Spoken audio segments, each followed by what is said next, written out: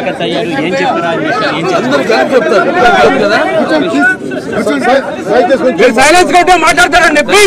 కొంచెం నిశ్శబ్దం పాటించండి ప్లీజ్ దయచేసి. అందరికీ నా హృదయపూర్వక నమస్కారాలు.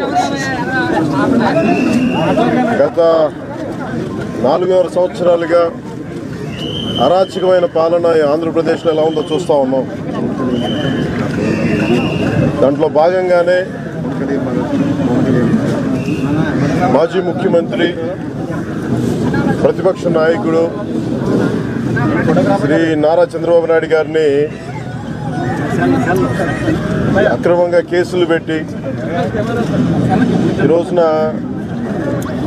చాలా అన్లాఫుల్గా ఈ రోజున ఆయన్ని ఇక్కడ రిమాండ్లో పంపించడం చాలా బాధాకరం. దాంట్లో భాగంగానే వారికి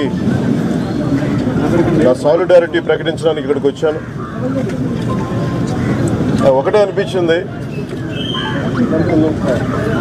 చంద్రబాబు నాయుడు గారికి నాకు గతంలో కూడా పాలసీల పరంగా కానీ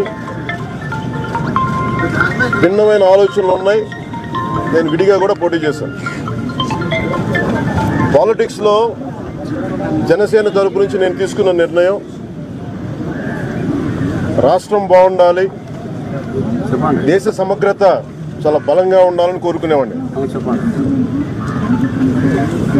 2014లో జనసేన ప్రారంభించినప్పుడు ఆ రోజున కూడా నేను కోరుకుంది,